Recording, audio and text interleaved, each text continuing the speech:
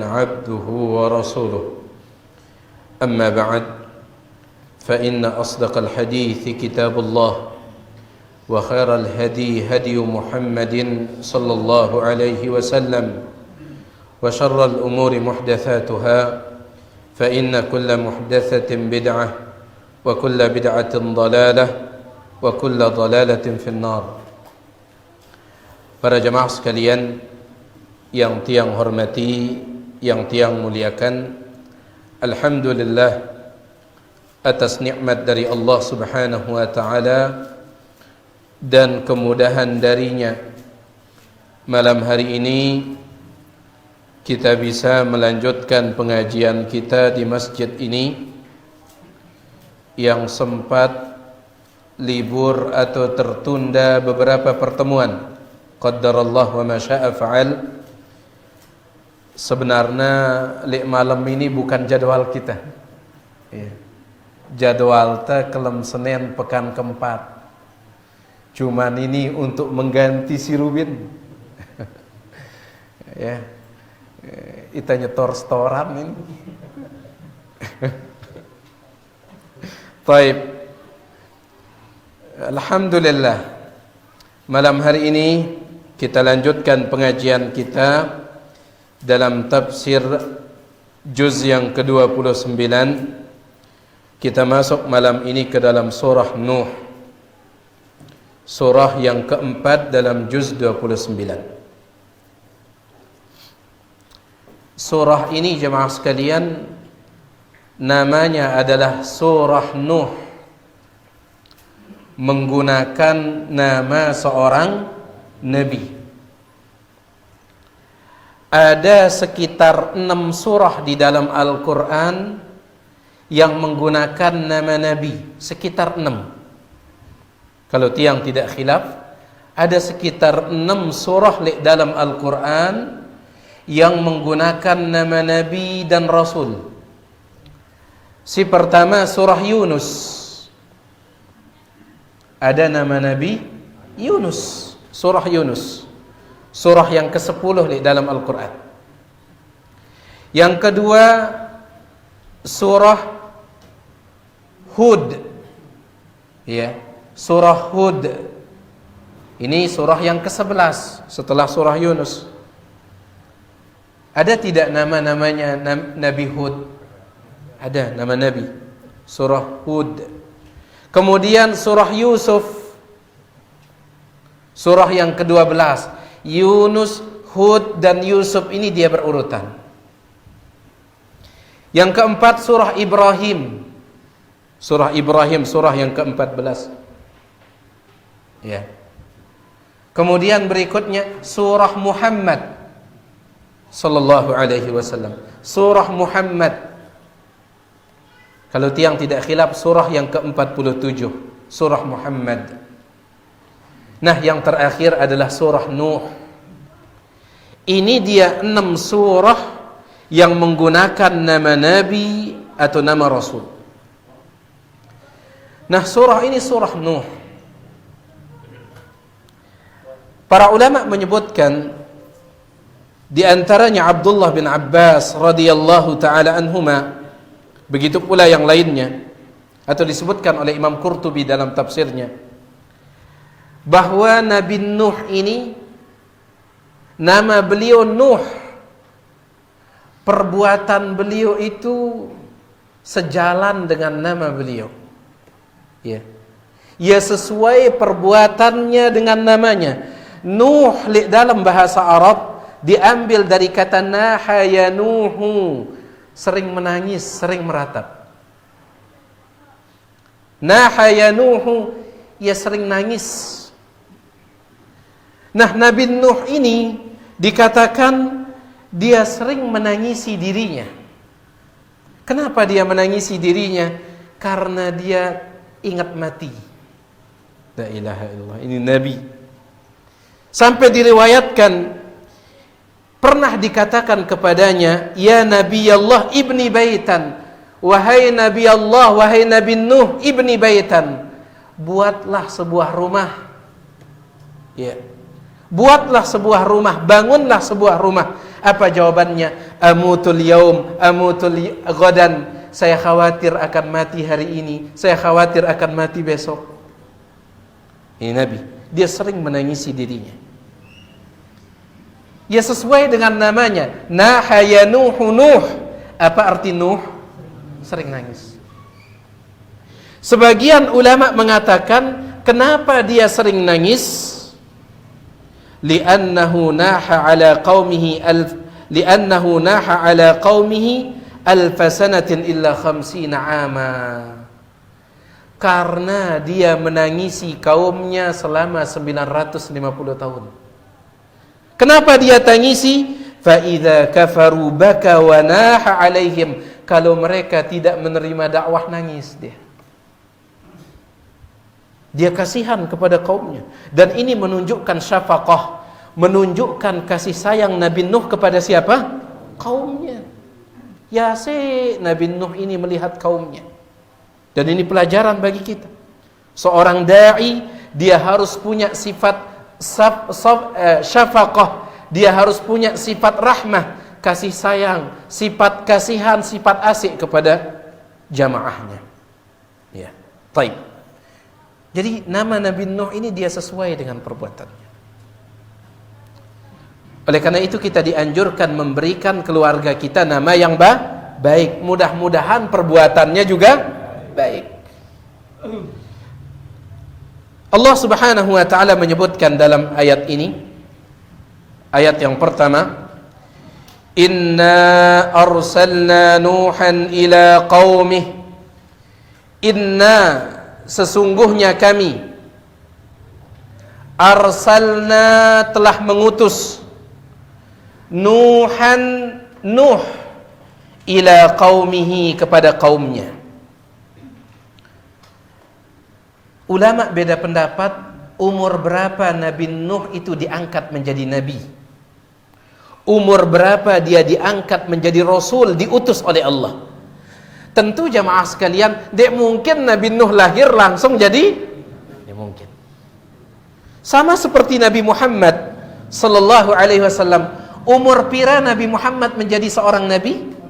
40. Nah, Abdullah bin Abbas radhiyallahu taala anhuma mengatakan, Nabi Nuh diangkat menjadi nabi atau rasul di umur 40 sanatan, 40 tahun juga. Jadi Allah mengatakan dalam Al-Quran, falabitha fihim alfasanatin illa khamsina ama. Nabi Nuh tinggal di tengah kaumnya 1000 tahun kurang 50 tahun. Berarti pira? 950. Itu bukan umur keseluruhan, bukan. Sisi 150 tahun itu bukan usianya Nabi Nuh, bukan. 950 tahun itu menurut Abdullah bin Abbas itu hitungan dari mulai dakwah sampai terjadi banjir. 950 tahun. Mulai dihitungnya dari beliau mulai dakwah. Iya. Sampai berapa? Sampai kapan? Sampai terjadi banjir. Mulai dakwah sampai terjadi banjir itu 950 tahun. Dan ingat, menurut Abdullah bin Abbas, Nabi Nuh diangkat jadi nabi dan rasul umur berapa? 40 tahun. Berarti sekarang 40 tahun tambah 950 tahun? 990 tahun. Ingat, sampai banjir, belum sampai meninggal. Adapun setelah banjir sampai beliau meninggal, umur beliau setelah banjir sampai meninggal 60 tahun. Situna sanatan. Dari banjir sampai meninggal 60 tahun. Kita hitung. 40 tambah 950? 990. Tambah 60? Ribu? 1050 tahun ya. 1050 tahun umur Nabi Nuh alaihissalam menurut Abdullah bin Abbas. Bahkan ada sebagian ulama mengatakan umur beliau 1700 tahun. Tapi ini Abdullah bin Abbas mengatakan dari lahir sampai diangkat menjadi nabi berapa? 40. Dari dakwah sampai banjir 950. Selesai banjir sampai meninggal 60. Totalnya umur beliau sekitar 1050 tahun. Ya subhanallah. Tapi ujung-ujungnya beliau meninggal dunia. Ini menunjukkan mati itu pasti. Ya. Makanya dikatakan dalam sebuah bait syair orang Arab, kullu bani untha wa in talat salamatuhu. Setiap anak manusia meskipun panjang umurnya, yauman ala alatin hadba'a mahmulu, pada suatu hari pasti akan digotong di atas gorong batang, di atas keranda, pasti. Bagaimanapun panjang umurnya, yauman, pada suatu hari, ala alati hadba'a mahmulu, di atas keranda gorong batang, mahmul, pasti akan dipikul, pasti akan dibawa. Bagaimanapun panjang. Nabi Nuh 1050 tahun menurut Abdullah bin Abbas. Belum kita ambil pendapat yang lain 1700 tahun. Lagu tetap meninggal dunia Nabi Nuh. Iya. Baik. Inna arsalna, sesungguhnya kami telah mengutus Nuh ila qaumihi, kepada kaumnya. Berapa lama dia dakwah? 950 tahun. Berapa pengikut yang dia dapat? Sebagian riwayat mengatakan 83 orang. Siwak ratus seket tahun berdakwah baluk puluh telu. Ya, baluk puluh telu. Berarti satu orang dia dapatkan berapa tahun?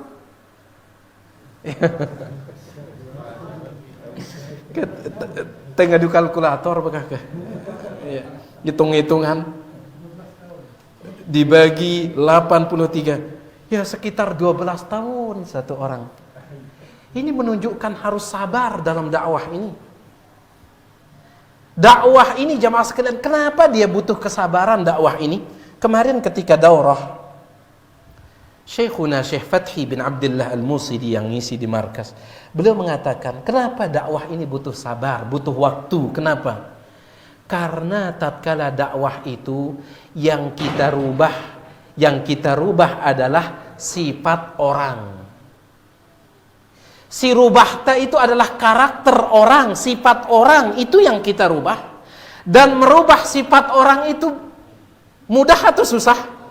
Susah. Si paling sulit terubah sifat, jemaah sekalian. Si paling sulit terubah karakter. Ya. Lamun muka aja awalnya dia tegagah, yang penting arek kepi yang bau jadi gagah. Kan ada operasi plastik sekarang, tentunya haram itu. Lamun sekedar rubah awak je mudah. Awalnya ida kurus, arek kepi yang dah sering olahraga, nge-gym. Otot deh. Mudah kalau merubah tubuh. Yang susah itu sifat dan karakter. Ya, makanya sampai beliau mengatakan, kalau ada seorang pemuda dia pelit, Syekh Abdullah, Syekh Fathi mengatakan seperti itu. Kalau ada seorang pemuda dia pelit, tetapi dia rajin sholat, rajin puasa, rajin yang cuman ya pelit, sifatnya pelit. Kalau dia datang ngelamar anak Anda, jangan terima, kata beliau. Kenapa? Karena ini susah untuk dirubah ini. Bejangankan pemuda tersebut, Abu Sufyan, sahabat Nabi SAW. Abu Sufyan, sahabat dengan segala kemuliaannya. Abu Sufyan dilaporkan oleh istrinya Hindun, pelitnya tutup baleng, wahai Rasul. Sahabat ini, ya Rasulullah, inna Abu Sufyan rajulun syahih. Wahai Rasulullah, Abu Sufyan suami saya pelitnya luar biasa. Sahabat. Ya, mulia Abu Sufyan, cuman dalam masalah ini dia susah merubah sifatnya ini, karakter. Itu yang diserang oleh dakwah ini, yang ditargetkan oleh dakwah ini, yaitu sifat dan karakter itu. Angka butuh waktu. Ya, butuh waktu. Nabi Nuh 950 tahun baru puluh telu. Bait alhamdulillah dengan izin Allah. Ya. dimulai oleh Syekhuna Syekh Husni rahimahullah. Alhamdulillah banyak, alhamdulillah dengan izin Allah. Baik. An anzir qaumaka. Tatkala Allah mengutus Nabi Nuh, Allah katakan an anzir. Tugasmu an anzir, berikanlah peringatan. Qaumaka, kepada kaummu, berikan mereka peringatan. Min qabl, sebelum ayyatiyahum, datang kepada mereka azabun alim, azab yang pedih. Sampaikan peringatan. Ya. Pelunggu perhatikan ayat ini, sampaikan kepada mereka peringatan sebelum datang apa? Azab yang pedih. Kenapa Allah mengatakan sebelum datang azab yang pedih? Karena Allah tidak mungkin menghukum suatu kaum sebelum Allah mengirimkan hujjah kepada mereka, sebelum Allah mengutus Rasul kepada mereka. Tidak mungkin. Wa ma kunna mu'adzibin hatta nab'atha rasulah. Kami tidak mungkin menurunkan azab, kata Allah, sampai kami ngutus Rasul dulu. Sadik nasihat, sadik peringatan. Kalau tetap membangkang, saat itulah keputusan Allah untuk menurunkan hukuman. Ya. Ngenoin dah kita jemaah sekalian. Lamun arak dengan berbuat salah, nasihatin dulu. Nasihatin dulu. Jangan langsung berbuat salah. Ya memang sengedik neraka sih seki ini. Nasihatin dulu. Nasihatin dulu. Ya. Allah Subhanahu wa taala saja, Dia yang memiliki kita. Allah yang punya kita. Allah mengatakan wa ma kunna mu'adzibin, kami tidak mungkin mengazab, menyiksa hatta nab'atha rasulah, sampai kami ngutus rasul. Makanya Allah katakan dalam ayat ini, berikan peringatan kepada kaummu min qabli ayyatiyahum, sebelum datang kepada mereka azabun alim, azab yang pedih. Ayat yang kedua, qala ya qaumi inni lakum nadhirum mubin. Dia berkata, Nabi Nuh berkata, ya qaumi, wahai kaumku, inni, sesungguhnya aku, lakum, bagi kalian, nadhirun, sebagai pemberi peringatan, mubin, yang menjelaskan. Wahai kaumku, sesungguhnya aku bagi kalian, nadhirun, sebagai pemberi peringatan, mubin, yang menjelaskan. Pelunggu perhatikan di sini, yang menjelaskan. Maka para ulama mengatakan dakwah itu harus jelas. Jelas apanya? Dua. Yang pertama, jelas caranya. Bagaimana jelas caranya? Ditafsirkan dalam ayat ini, mudhhirul lakum bilisanikum alladhi ta'rifunahu. Sampaikan dakwah ini dengan bahasa yang dipahami oleh jamaah. Dendek, karena kita ingin terdengar keren. Bahasanya itu yang tinggi-tinggi. Payu jamaah ini. Sampaikan dengan bahasa yang mudah dipahami. Ya. Sampaikan dengan bahasa yang mudah dipahami. Sebelum terlanjut, paham kita bahasa Indonesia? Karena serba salah kita ngadu kamera ini. Serba salah. Ya, mohon maaf yang nonton ini. Ya, sering tiang kalau kajian di Bongkot itu pakai bahasa Bongkot, si komen ini pakai bahasa Indonesia, karena yang ngikutin bukan hanya orang kampung sana. Balagu dengan le itu le timu arak sindik paham bahasa Indonesia. Biar masalahnya. Ya masalahnya. Sekarang tiang pakai bahasa Indonesia, jamaah no le juluntan ini paham. Sekarang tiang pakai bahasa Bongkot, si ngikutin kamera ini dia paham. Angka serba repot kita pakai ini sebenarnya. Ya makanya kajian di sana saya minta jangan live, jangan siaran di sana. Gak usah di syuting kajian di Bongkot itu, karena tiang ingin pakai bahasa Sasak aja, bahasa Bongkot. Tapi kenapa? Karena memang para nabi, para rasul dulu diutus pakai bahasa kaum mereka. Allah sebut di dalam Al-Quran surah Ibrahim, wa ma arsalna min qablika min rasulin illa bilisani qaumi. Tidak ada satu rasul pun yang kami utus illa bilisani qaumihi, kecuali mengikuti bahasa kaumnya. Seandainya Nabi Muhammad sallallahu alaihi wasallam berasal dari Indonesia, beliau pasti bahasa Indonesia, pasti. Ya, pasti. Seandainya Nabi alaihi salatu wasallam diutus di Cina, beliau bahasa Cina. Baik, beliau bahasa Cina.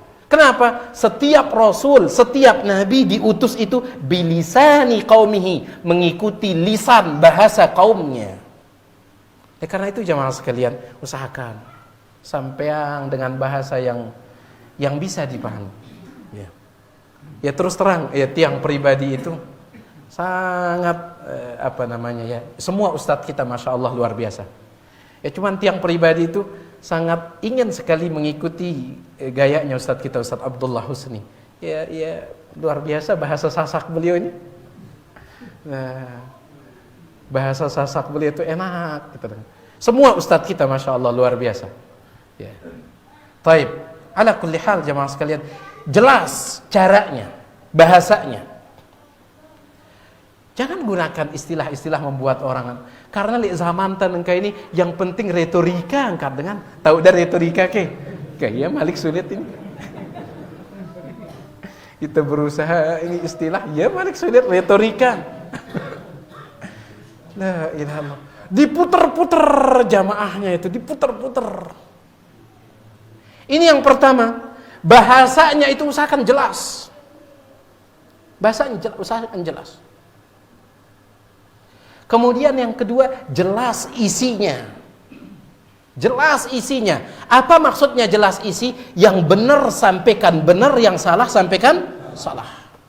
Halal sampaikan halal, haram sampaikan haram. Sebagaimana sabda Nabi SAW, innal halala bayyinun. Sesungguhnya yang halal itu jelas, maka sampaikan dia seperti itu.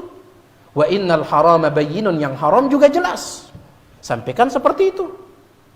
Dendek si halal jadi haram, si haram jadi halal sesuai permintaan jamaah.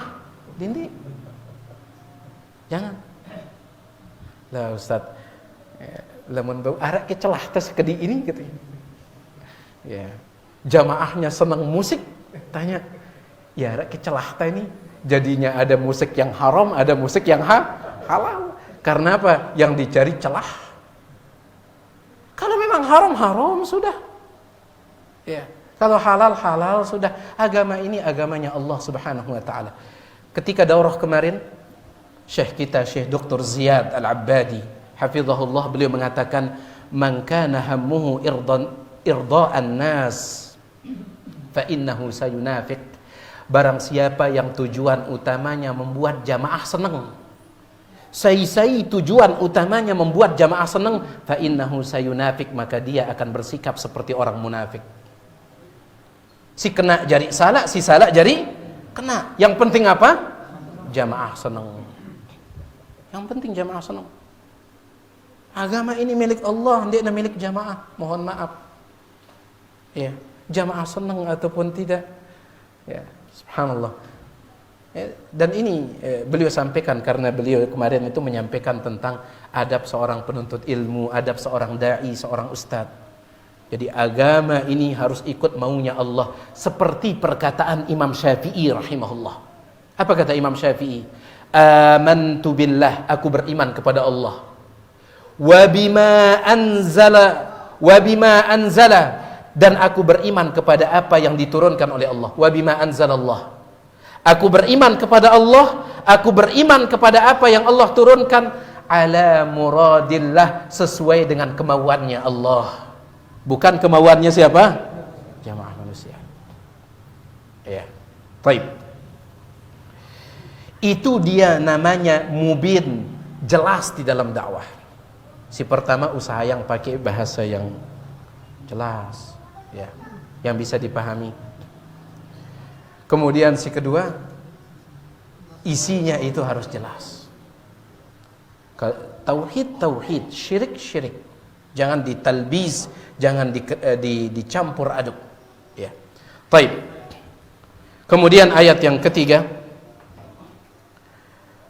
ani'budullaha wattaquhu wa ati'un. Apa yang disampaikan oleh Nabi Nuh? Ani'budullah, agar kalian hanya beribadah kepada Allah. Agar kalian hanya beribadah kepada Allah. Beribadah hanya kepada Allah ini disebut apa? Tauhid. Baik. Sudah kita sampaikan, berarti tauhid ini sudah ada dari zaman dulu. Dikatakan oleh para ulama, dan ini sudah kita sampaikan ya, bahwasanya para nabi, para rasul itu semuanya sama dalam 3 perkara. Si pertama, sama di dalam usulul i'tiqad, sama di dalam masalah akidah. Tidak ada perbedaan. Mulai dari Nabi Adam si pertama sampai Nabi kita Muhammad sallallahu alaihi wasallam, ya, semuanya itu akidah sama. Semua memulai dengan dakwah akidah, tauhid. Si kedua yang sama adalah usulul akhlak, masalah akhlak. Selaput Nabi, dari Nabi Adam alaihissalam sampai Nabi kita alaihissalatu wassalam, semuanya mengajarkan akhlak mulia. Angka dalam satu hadis Nabi alaihissalatu wassalam menyebutkan, inna mimma adrakan nasi min kalamin nubuwatil ula, di antara nasihat semua Nabi yang masih ada sampai saat ini. Ini nasihatnya Nabi Adam, nasihatnya Nabi Idris, nasihatnya Nabi Nuh, Nabi Ibrahim, Nabi Hud, Nabi Lut, selaput Nabi. Ini nasihatnya yang ditemukan oleh manusia saat ini. Apa itu? Idza lam tastahi fasna' ma syi'ta. Kalau engkau tidak punya malu, maka silahkan berbuat sesuka hatimu. Selaput Nabi menyampaikan ini. Lamun dek nara ila ada berkesilakah? Menunjukkan bahwa para nabi, para rasul sama di dalam masalah akhlak. Si ketelu, semua nabi, semua rasul sama di dalam usulul ahkam, di dalam pokok-pokok hukum. Salat, zakat, puasa, yang beda adalah perinciannya. Ya. Nabi-nabi si layak puasa atau tidak? Puasa. Ayatnya jelas, ya ayyuhalladzina amanu kutiba alaikumusiyam kama kutiba alal ladzina min qablikum. Diwajibkan atas kalian berpuasa sebagaimana diwajibkan atas orang-orang sebelum kalian. Lagu yang ngombe perinciannya wallahu a'lam. Nah, jadi di sini ani'budullah, Nabi Nuh memulai dakwah dengan mengatakan serah selaku ibadah dia kepada Allah, tauhidkan Allah.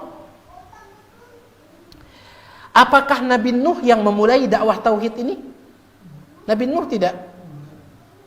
Yang pertama kali menyuarakan tauhid apakah Nabi Nuh? Tidak. Nabi Nuh ini sekedar mengingatkan tauhid yang mulai dilupakan oleh kaumnya. Karena syirik pertama kali terjadi di zamannya Nabi Nuh. Jarak antara Nabi Adam sampai Nabi Nuh berapa tahun? Berapa tahun? Asyratu kurun, 10 abad. 10 abad berapa tahun? 1000 tahun. Nabi Nuh, Nabi Adam sampai Nabi Nuh 1000 tahun. Abdullah bin Abbas mengatakan kulluhum ala tauhid. Selaput manusia selama 1000 tahun itu, dari Nabi Adam sampai Nabi Nuh, semuanya berada di atas tauhid, tidak syirik. Syirik ini datang belakangan. Berarti simbe ajaran baru ini tauhid atau syirik? Simbe ajaran baru tauhid atau syirik? Syirik. Tauhid ini dari Nabi Adam itu sampai Nabi Nuh, tauhid, tidak ada syirik. Mulai munculnya syirik itu di zamannya Nabi Nuh. Makanya Nabi Nuh dia menyampaikan tauhid, mengingatkan mereka tentang ajaran yang sudah ada dari zaman Nabi Adam. Ya. Ndek kena kebalik aja lah, tauhidnya ajaran baru. Ndek. Syirik nu si ajaran baru ini. Iya. Ya datang belakangan nih. Dan datangnya pun diterima atau ditentang oleh para nabi? Ditentang. Baik. Ani'budullah, beribadah hanya kepada Allah. Serah semua ibadah hanya kepada Allah. Ini tauhid. Wattaquh, dan bertakwa kepada Allah. Bertakwa kepada Allah. Takwa yang paling tinggi tauhid. Wa ati'un, dan taatilah aku. Kenapa Nabi Nuh minta ditaati? Karena beliau seorang rasul. Tujuan utama rasul diutus adalah untuk ditaati. Allah Subhanahu wa taala menyebutkan dalam Al-Qur'an, "Wa ma arsalna mir rasulin illa liyuta'a biiznillah." Dalam surah An-Nisa, dan kami tidak mengutus seorang rasul illa liyuta'a, kecuali untuk ditaati biiznillah, dengan izin Allah. Tujuan para rasul diutus supaya kita taat. Ya, makanya Nabi Nuh wajar beliau minta mengatakan wa ati'un, taatilah aku. Baik. Jadi jelas ini dakwah Nabi Nuh, jelas. Ya. Darak samar-samarnya dakwah Nabi Nuh ini. Kenapa? Karena beliau sudah mengatakan nadhirum mubin, aku ini pemberi peringatan yang menyampaikan dengan jelas. Samarnya ani'budullah, serah selaku ibadah dah kepada Allah. Ada idan dia paham kalimat ini ke? Selaku tak paham. Serah selaku ibadah dah kepada Allah. Berarti yang penting itu ibadah, siapa yang berhak menerima? Allah. Wattaqu, bertakwa kepada Allah, jelas. Wa ati'un, taatilah aku, jelas. Baik. Ayat berikutnya, yaghfir lakum min dhunubikum wa yuakhirkum ila ajalin musamma. Kalau kalian beribadah hanya kepada Allah, kalau kalian bertakwa kepada Allah, dan kalian taat kepadaku, yang terima ada dakwahku ini, apa ganjarannya? Yaghfir lakum, Allah akan ampuni bagi kalian min dzunubikum, di antara dosa-dosa kalian. Allah ampuni. Maka ini menjadi dalil jemaah sekalian bahwa di antara sebab pengampunan dosa adalah ketaatan. Ya. Tahu tak sebab pengampunan dosa itu? Sebab pengampunan dosa itu jemaah sekalian 3 secara umum. Ya. Insyaallah sekitar 3 lah secara umum. Si pertama istighfar taubat. Istighfar taubat. Ini jelas kalau yang ini. Kita melakukan dosa, istighfar taubat, insyaallah diampuni oleh Allah. Sebab yang kedua ketaatan. Makanya dalam Al-Qur'an dikatakan innal hasanat yudhibnas sayyiat, sesungguhnya kebaikan itu menghilangkan keburukan. Sering kita mendengar hadis man shoma ramadhana imanan wa ihtisaban ghufira lahu ma taqaddama min dzambi. Sai puasa Ramadan atas dasar iman mengharapkan pahala, diampuni dosa-dosa yang telah lalu. Puasa Ramadan ketaatan. Man qama Ramadan, sai salat tarawih atas dasar iman mengharapkan pahala, diampuni dosa-dosa yang telah lalu. Puasa Arafah apa keutamaannya? Menghancurkan dosa berapa tahun? Puasa Arafah 2 tahun. Puasa Asyura yang insya Allah akan datang, puasa Arafah dulu ya. Arafah tanggal 9 Dzulhijjah. Setelahnya puasa Asyura tanggal 10 Muharram. Berapa tahun? 1 tahun. Jadi ini penyebab diampuninya dosa yang kedua, ketaatan. Dan ketaatan yang paling besar adalah tauhid. Beliau katakan, kalau kalian beribadah hanya kepada Allah tauhid, bertakwa, takwa si paling tinggi tauhid, yaghfir lakum min dzunubikum, Allah ampuni dosa kalian. Ya, Allah ampuni dosa kalian. Dan ini sesuai dengan hadis Nabi sallallahu alaihi wasallam. Dalam sebuah hadis qudsi, Allah Subhanahu wa taala berfirman, "Ya bani Adam, wahai anak Adam." Ini firman Allah Subhanahu wa taala, hadis qudsi. "Wahai anak Adam, lau ataitani biqurabil ardi khataya." Seandainya engkau datang kepadaku membawa dosa sepenuh bumi. Engkau datang kepadaku membawa dosa sepenuh bumi. Tsumma astaghfartani, kemudian engkau meminta ampun. Wala tusyriku bi syai'a, dan engkau tidak berbuat syirik. Kalau tidak berbuat syirik artinya tauhid. Ataituka bi qurabiha maghfiratan, aku pun juga akan mendatangkan kepadamu ampunan sepenuh bumi. Ya, ketaatan ini sebab pengampunan dosa,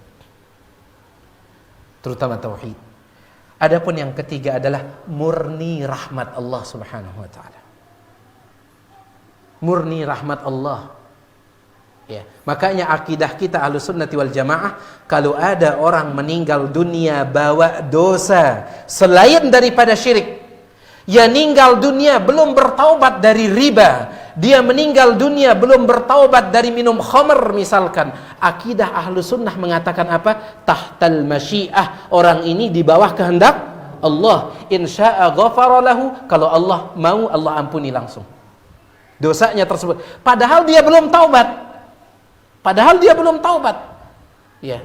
Yang penting dosa yang dia bawa itu bukan dosa syirik, yang penting dia meninggal dalam keadaan tauhid.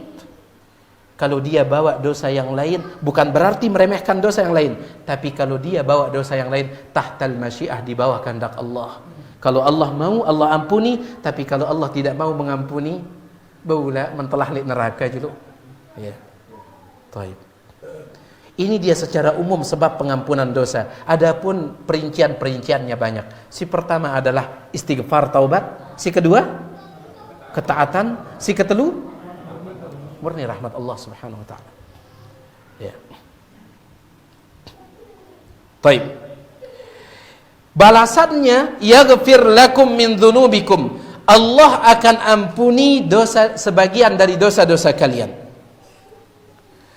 Wa yuakhirkum, dan Allah akan mengakhirkan kalian, maksudnya memanjangkan, ila ajalim musamma, Allah akhirkan kalian menuju ketentuan waktu yang telah ditentukan, maksudnya Allah panjangkan umur kalian.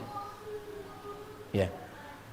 Bahwasanya ketaatan itu diantara faidahnya, seseorang itu bisa dipanjangkan umurnya. Meskipun ada khilaf di kalangan para ulama ketika menjelaskan hadis Nabi SAW, man sarrahu an yubsata lahu fi rizqihi wa yunsa'a lahu fi atharih falyasir rahimah.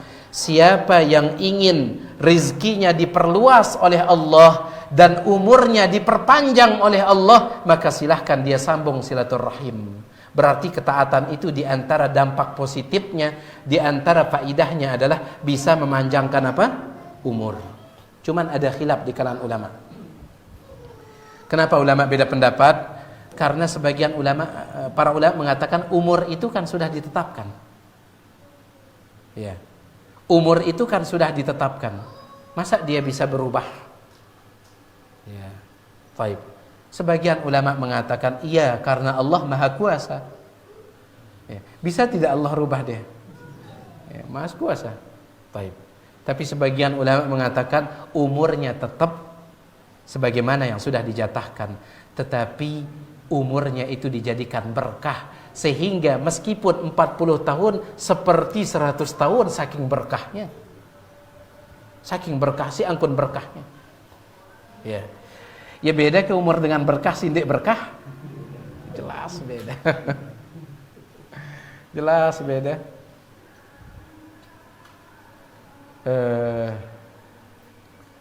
Disebutkan tentang Al-Imam Jalaluddin As-Suyuti rahimahullah. Saya agak lupa. Imam Jalaluddin As-Suyuti itu umur beliau sekitar 60-an lah. Tapi beliau menulis kitab itu lebih dari 1000 judul. 1000 judul. Yang satu judulnya bisa berjilid-jilid. Yang satu judulnya bisa berjilid-jilid. Ya berkah gini. Baik apa tulisan kayak ini? Ya. Bono tangten tulisan ini. Ya, betiang umur sudah 30 lebih ini, bendara hasil masih la ilaha illallah. Ya beda umur orang berkah dengan yang tidak berkah. Nah, itu dia kata sebagian ulama. Umurnya tetap, tetapi berkahnya itu yang membuat dia padahal 60 tahun tetapi seolah-olah 100, seolah-olah 200 tahun. Ya. Baik. Ini dia yang Allah akan berikan bagi orang yang melakukan ketaatan. Terutama ketaatan yang paling besar yaitu tauhid. Allah ampuni dosanya, kemudian Allah berikan dia takhir, yaitu penangguhan umur. Penangguhan umur bisa artinya ditambah umurnya, bisa artinya ditambah berkahnya. Tetapi Nabi Nuh alaihissalam mengingatkan, inna ajalallahi idza jaa la yuakhar. Inna, sesungguhnya ajalallah, ketentuan waktu yang Allah tetapkan, ajal kita, idza jaa, kalau datang, la yuakhar, tidak bisa lagi ditunda. Jadi lamun dapat tauhid, insyaallah Allah Subhanahu wa taala akan memanjangkan umur sida. Itu kata Nabi Nuh alaihissalam. Allah akan panjangkan. Cuman meskipun dipanjangkan, kalau sudah tiba waktunya mati, nggak bisa lagi ditunda. Ya. Nggak bisa lagi ditunda. Karena yang namanya mati ini darat tawaran. Satu-satunya orang yang diberikan tawaran ketika akan mati, diberikan pilihan, genda mati nengkaki atau milinda masih hidup. Yang diberikan tawaran adalah para nabi, para rasul, hanya mereka. Dalam hadis yang sahih, Nabi SAW mengatakan, ma min nabiyyin, tidak ada seorang nabi pun ketika datang utusan Allah kepadanya, yaitu malakul maut, illa khuyyir, kecuali nabi itu diberikan pilihan, genda hidup atau genda mati nengka ini. Kalau Nabi itu mengatakan masih milih tiang hidup, kasih lagi hidup. Belum wanita ndara angka. Ya. Di antara buktinya adalah kisahnya Nabi Musa alaihissalam. Ketika didatangi oleh malakul maut, hadis sahih riwayat Imam Bukhari. Malakul maut mengatakan, wahai Nabi Musa, ginda mati wah. Tiang datang untuk mencabut nyawa. Nabi Musa langsung menampar malakul maut. Ditampar sampai rusak mata malakul maut. Ya. Dijelaskan oleh Imam Ibnu Hibban. Ini hadis sahih riwayat Imam Bukhari. Harus kita percaya berita dari Nabi SAW. Imam Ibnu Hibban mengatakan hadis ini sangat masuk akal. Karena menurut sebagian orang, dek masuk akal. Masa Nabi manusia nempelek malaikat maut malik? Dijelaskan oleh Imam Ibnu Hibban bahwasanya saat itu malakul maut datang dalam bentuk manusia. Kita tahu para malaikat bisa berubah dalam bentuk, datang bercoba ida tokol ngupi le balik kanca senina, ada tahu-tahu arak dengan ngetok lawang dah. Pas dah buka, ada kebutuhan apa? Tiang datang gini mati ida. Kelep gelas kopi itu. Jadi wajar Nabi Musa marah pada saat itu. Iya.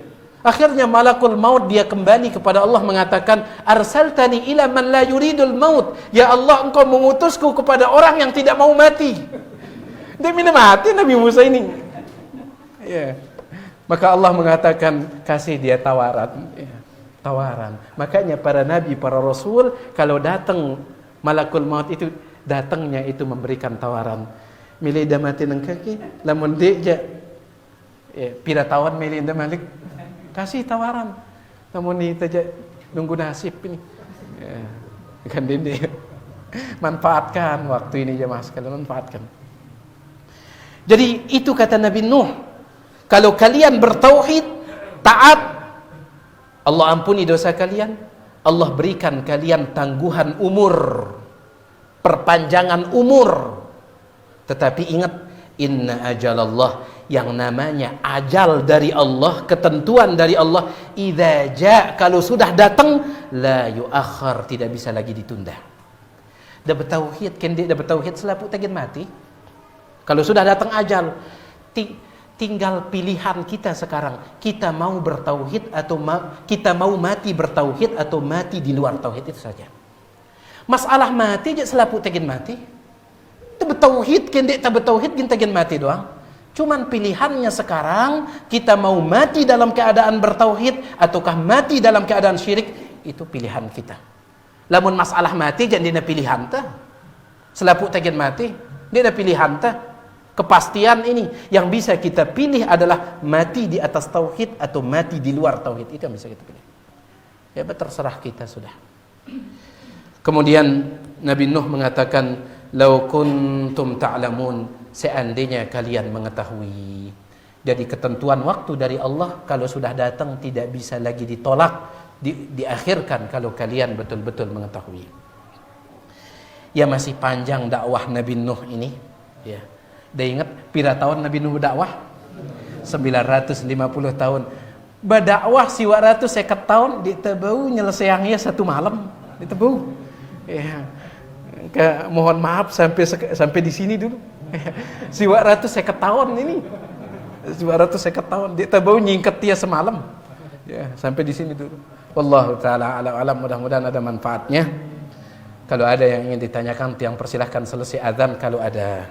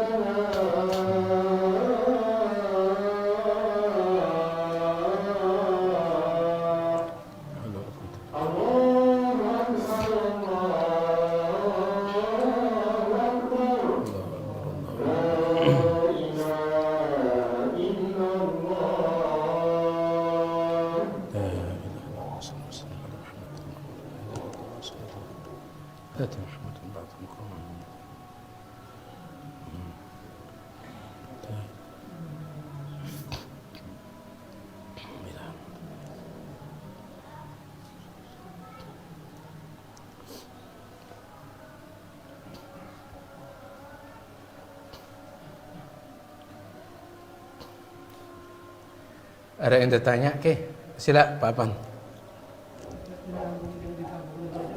Kenapa itu? Oh iya. Apakah sama status orang tua dan mertua? Baik. Alhamdulillah wassalatu wassalamu ala Rasulillah ma ba'd. Tentang birrul walidain, bakti kepada kedua orang tua. Yang dimaksud dengan al-walidain dalam masalah bakti itu maksudnya adalah orang tua kandung. Itu maksudnya. Sehingga tidak sama antara orang tua dengan mertua. Kalau ke mertua, perbuatan kita ke mertua tidak disebut dengan bir bakti, tidak. Tetapi disebut dengan ihsan, sekedar perbuatan baik. Ya. Jadi tidak ada kewajiban bakti kepada mertua. Yang ada adalah anjuran berbuat baik ke mereka. Anjuran berbuat baik. Ya. Baik. Jelas ini Papan? Orang tua wajib tidak anak memberikan nafkah ke orang tua? Baik.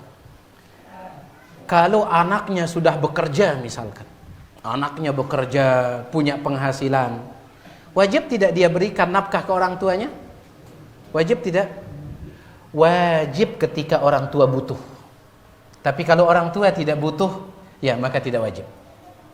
Orang tua tidak butuh maka tidak wajib. Makanya para ulama menjelaskan, kalau ada seorang suami Dia punya istri, dia punya ibu. Baik. Siapa yang dia dahulukan nafkahnya? Istrinya, bukan ibunya. Kenapa istri lebih diutamakan ketimbang ibu dalam urusan nafkah?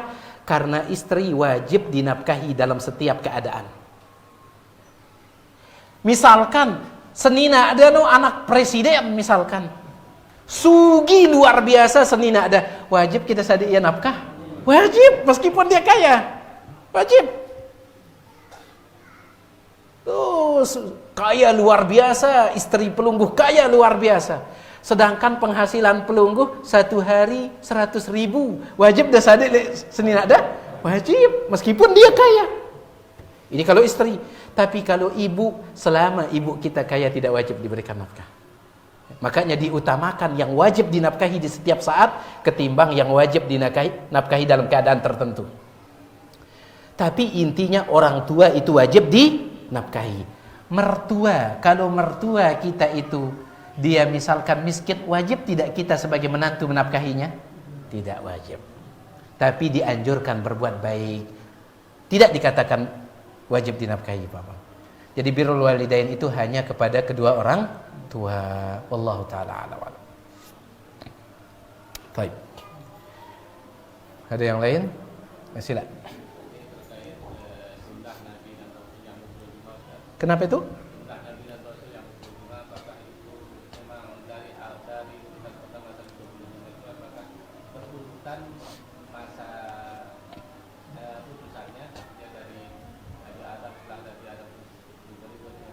Baik. Si pertama tentunya yang 25 itu, Nabi dan Rasul yang 25 itu yang namanya disebut dalam Al-Quran. Ingat, itu yang disebut dalam Al-Quran, bukan dalam hadis. Dalam Al-Quran. Karena di dalam hadis ada juga nama Nabi yang lain yang disebut yang tidak disebut dalam Al-Quran. Ini yang di dalam Al-Quran. Ya, dalam Al-Quran itu 25. Bukan jumlahnya ya. Baik. Kemudian pertanyaannya, apakah yang 25 yang sering disampaikan Adam, Idris, Nuh, Hud dan seterusnya, apakah dia berurutan ini? Secara umum iya, kecuali Nabi Idris dengan Nabi Nuh. Maka Syekh Ibnu Utsaimin mengatakan Nuh lebih dulu daripada Idris. Nuh lebih dulu daripada Idris. Itu kata Syekh Ibnu Utsaimin. Itu kan saya berjulu Idris atau Nuh? Idris atau Nuh? Nah, Adam, Nuh, Idris atau Adam, Idris, Nuh? Oke. Si biasa ngapal tak Adam, Idris, Nuh atau Adam, Nuh, Idris? Adam, Idris, Nuh. Makanya dikritik oleh Syekh Ibnu Utsaimin, beliau mengatakan Nuh dulu baru Idris. Beliau punya dalil. Tatkala Nabi alaihi salatu wasallam Isra Mi'raj. Tatkala Nabi Isra Mi'raj. Baik. Nabi alaihi salatu wasallam bertemu dengan roh para nabi di langit itu. Tatkala berdait dengan Nabi Adam mengatakan kepada Nabi Muhammad sallallahu alaihi wasallam, marhaban bil ibni salih, selamat datang wahai anak yang saleh. Selamat datang wahai anak yang saleh. Jelas ini anak yang saleh. Tapi ketika berjumpa dengan rohnya Nabi Idris mengatakan marhaban bil akhis salih, selamat datang wahai saudara yang saleh. Saudara yang saleh. Nabi Idris tidak mengatakan anak yang saleh, tidak. Tapi saudara yang saleh. Baik. Itu dia. Sedangkan nama lain dari Nabi Nuh adalah Abul Bashar Ats-Tsani, bapak manusia yang kedua. Nabi Nuh itu disebut bapak sebagaimana Nabi Adam disebut bapak. Sedangkan Nabi Idris disebut apa? Saudara. Kata Syekh Ibnu Utsaimin, ini menunjukkan Nuh ini dia lebih tua daripada Idris. Itu kata beliau. Ya, cuman wallahu a'lam, ini khilaf di kalangan para ulama. Wallahu taala a'lam wa a'lam. Sila Pak Mas'ud. Nah. Kesyirikan apa yang dilakukan oleh kaum Nabi sehingga sulit mereka didakwahi sampai sekarang? Kesyirikan apa yang dilakukan oleh kaumnya Nabi Nuh? Kesyirikan yang dibangun di atas gulu. Itu yang membuat mereka sulit. Ya. Yang membuat seseorang itu sulit untuk keluar dari kesalahannya adalah kalau dia sudah fanatik dan gulu. Sulit. Dan itu yang dimiliki oleh kaumnya Nabi Nuh. Mereka gulu terhadap orang-orang soleh mereka di saat itu. Si angkun gulunya sampai mereka membuat patung orang soleh yang sudah meninggal dunia. Si angkun gulunya. Makanya Al-Imam Muhammad bin Abdul Wahhab dalam Kitabut Tauhid, beliau membuat sebuah bab. Beliau membuat sebuah bab dalam Kitabut Tauhid. Kalau tiang tidak khilaf, babnya itu babu ma jaa fi annal gulu sababa kufri bani Adam. Bab bahwasanya gulu adalah sebab kekufuran dan kesyirikan anak keturunan Adam. Itu yang membuat mereka sulit. Iya, buat mereka sulit. Kenapa? Karena ini sudah gulunya itu berlebihan, fanatiknya itu luar biasa, sulit. Kalau itu sudah nancep susah. Makanya Allah katakan kepada ahlul kitab Yahudi dan Nasrani, ya ahlul kitab la taglu fi dinikum. Wahai ahlul kitab, jangan gulu dalam beragama ini. Jangan gulu. Kata para ulama, gulu adalah larangan yang berlaku di semua agama. Ya. Kenapa? Karena dia ini sumber kesesatan gulu ini. Wallahu taala a'lam wa a'lam. Baik, silakan. Seorang anak yang baru lahir kurang lebih 1 minggu akan meninggal. Terus apa perlu dilakukan? Baik. Anak ini baru 1 minggu lahir kemudian meninggal. Apakah perlu diakekahkan? Kita tahu biasanya akekah itu di umur berapa? Hari yang ke-7. Ya, hari yang ke-7 dari kelahirannya. Jadi 1 minggu berarti sudah berapa hari? 7 hari. Kalaupun seandainya belum 7 hari, sebagian ulama seperti Syekh bin Baz rahimahullah tetap beliau menganjurkan untuk diakekahkan. Tetap menganjurkan untuk diakekahkan. Karena akekah itu diantara tujuannya adalah bentuk syukur kita mendapatkan nikmat anak. Ustaz, ini kan meninggal dunia. Apanya yang disyukuri? Ingat, anak yang meninggal dunia sebelum balik, diantara hikmahnya adalah dia bisa memberikan syafaat bagi orang tuanya. Ndik kita syukur menerima syafaat. Ya. Selama anak tersebut ada lahir, maka ada fungsinya, ada bentuk syukur kita di sana. Kalau dia umur panjang, alhamdulillah semakin syukur kita. Kalau dia meninggal dunia, maka ingat, di antara yang bisa memberikan syafaat adalah anak-anak orang-orang yang beriman yang meninggal dalam keadaan belum balik. Ya, oleh karena itu Syekh bin Baz mengatakan, iya, akekahkan. Bahkan beliau pernah ditanya, ada seorang wanita dia melahirkan, ketika melahirkan baru beberapa jam meninggal dunia, apakah diakekahkan? Kata beliau, akekahkan. Di pendapatnya Syekh bin Baz rahimahullah ta'ala. Ya, wallahu ta'ala a'lam wa a'lam. Apalagi ini sudah sampai umur berapa? 7 hari. Wallahu a'lam. Baik, silakan.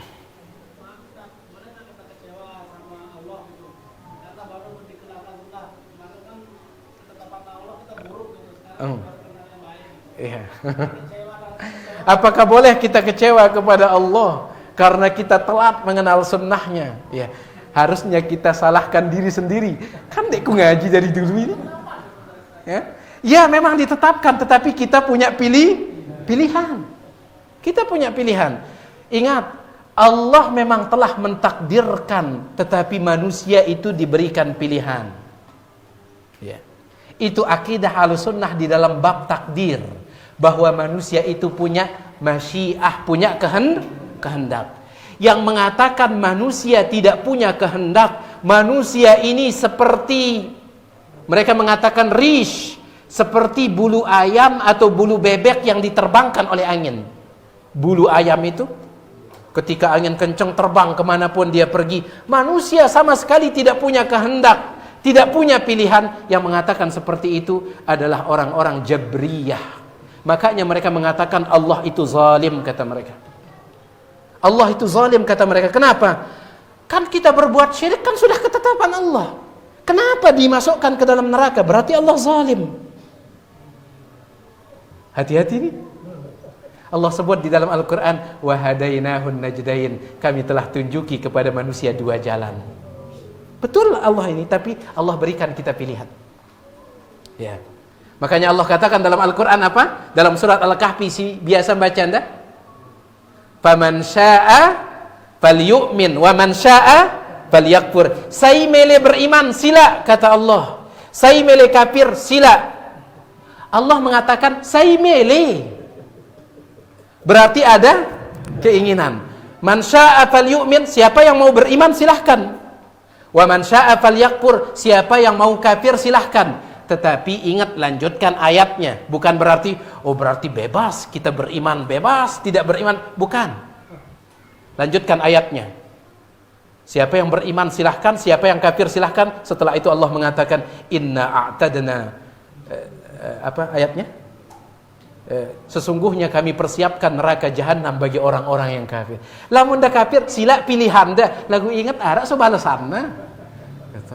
Arak balasanna. Lamun dah beriman pilihan dah, arak upak dah. Ada hadiahnya. Jadi ingat, hati-hati nih, jangan pernah kecewa kepada Allah tabaraka wa taala. Kecewa diri kita, kan berukku ngaji kah? Padahal pengajian ini wah layak pengajian. Kan berukku sadar ini. Kecewa sama diri sendiri. Wallahu taala a'lam wa alam. Baik, terakhir kan deh. Sudah. Misalnya ada seperti penjelasan tadi itu, kalau ada tetangga atau keluarga melakukan kemaksiatan, jangan vonis dia ke neraka, berikan dia peringatan gitu kan. Pernah saya dengar kalau Allah menghendaki orang itu masuk ke neraka, maka akan dipermudahkan dia melakukan perbuatan yang menjerumuskan ke neraka. Bagaimana misal? Baik. Ya, betul itu. Ayatnya betul. Ya. Si sampai yang si pertama betul juga. Allah kalau mentakdirkan, menetapkan orang sebagai penduduk surga, Allah mudahkan baginya jalan menuju surga. Baik. Kalau Allah menetapkan seorang sebagai penduduk neraka, Allah mudahkan baginya jalan menuju neraka. Tapi ingat sekali lagi, manusia punya pilihan. Allah mudahkan. Pertanyaannya si pertama adalah, dari mana kita tahu orang tersebut sudah ditakdirkan? Itu si pertama. Apakah pernah kita lihat catatan takdirnya? Wah, kita ngintip Lauhul Mahfuz. Ini si pertama. Sehingga kita bisa memponis dia. Kemudian yang kedua, yang jadi tolak ukur itu adalah akhir hidupnya. Akhir hidup.